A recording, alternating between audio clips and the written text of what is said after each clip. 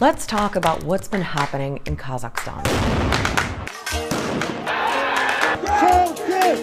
There have been huge protests across the country.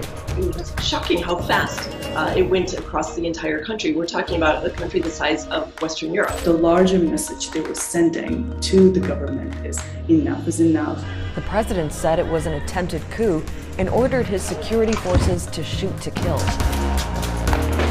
He even called in Russian troops for backup.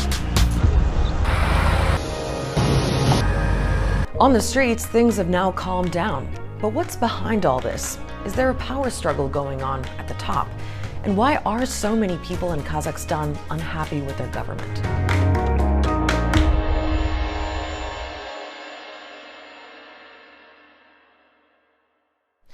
Okay, let's set the scene. Kazakhstan is really huge. It's the size of Western Europe. It's also pretty wealthy. It has the biggest economy in Central Asia and huge reserves of oil, natural gas, and minerals. Thing is, most people in Kazakhstan don't really benefit from that wealth. The average person earns less than $600 a month. And then there's a small group of super rich tycoons. 162 people own around 50% of the country's wealth, according to one report. Kazakhstan has really a two-tier system. One for the oligarchic elites that really benefit the most from the wealth of the country, and another one is for everyone else. And for decades, there's been one guy at the very top of that system, Nursultan Nazarbayev. He was a leading official back when Kazakhstan was part of the Soviet Union, and then became president after Kazakhstan got its independence in 1991. Nazarbayev held on to the job for 30 years. No real political opposition was allowed to emerge, and basically everything revolved around him.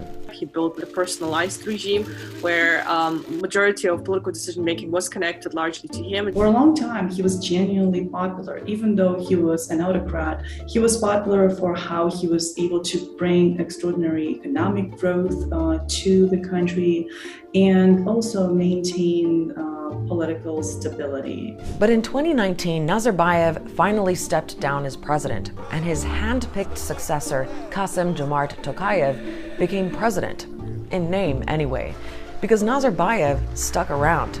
He kept his title of Elbasi, that's leader of the nation, and got a lifetime appointment to head up Kazakhstan's powerful Security Council. Nazarbayev was really pulling the strings. He was an informal number one in the country, whereas Tokayev was number two. But still, with Tokayev taking over as president, there was a sense that change was in the air. He promised to bring in some reforms and even went on what he called a listening tour around the country.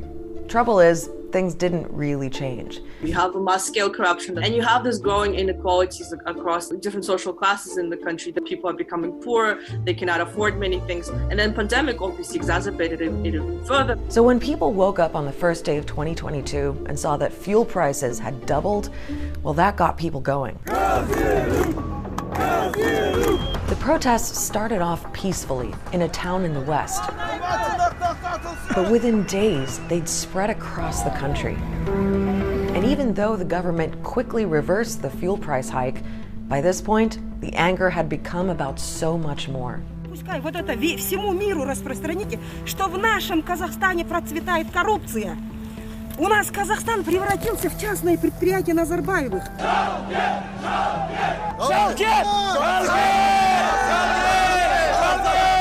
People were fed up with inequality, and they completely connected this inequality to the regime and the government. They were actually protesting against Nazarbayev and the regime that Nazarbayev built and the political system that Nazarbayev built. And Tokayev was seen just as a figurehead.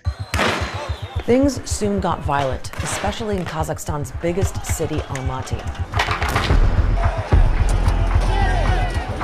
President Tokayev declared a state of emergency and blamed what he called terrorists, bandits, and foreign actors for what was happening, although he didn't give any evidence.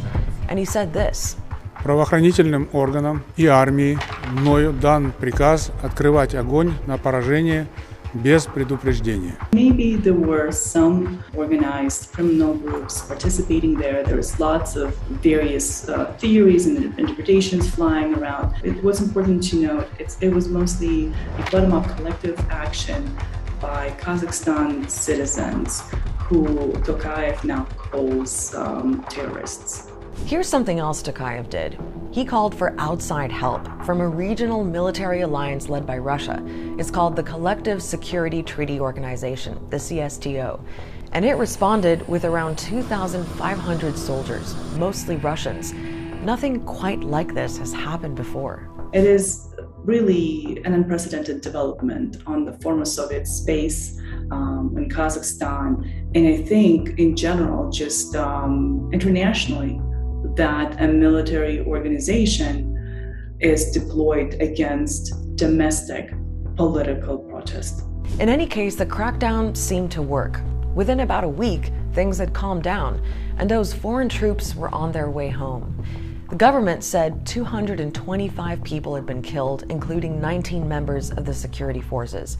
Around 12,000 people have been arrested so far. The vast majority of those arrested are just ordinary people who came to the streets to voice their political and economic grievances.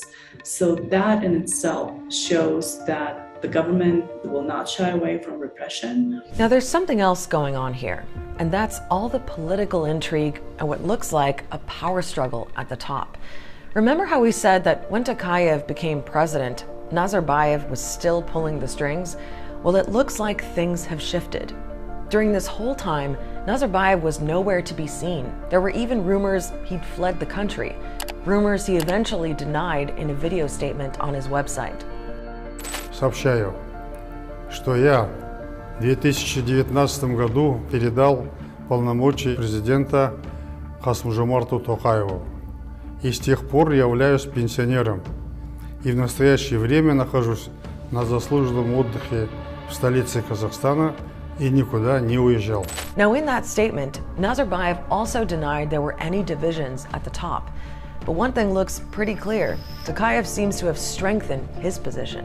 Tokayev took Nazarbayev's job as head of the Security Council, and a close ally of Nazarbayev, the head of the intelligence agency, was arrested for treason.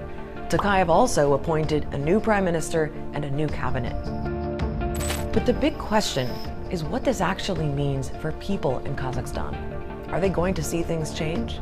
He announced a bunch of new policies, things like higher taxes for mining companies and a new social fund that the richest people and companies are meant to pay into. He openly declared that it's time for a much more fair and just wealth redistribution. So the economic growth should translate into actual benefits for ordinary citizens. A lot of what he spoke about is still slightly ambiguous. It does respond to some of the grievances, but we don't, unless we see it in action, it's still too early to talk about these things. What we've seen with the recent events in Kazakhstan are the first big signs of cracks in the system, the old way of doing things.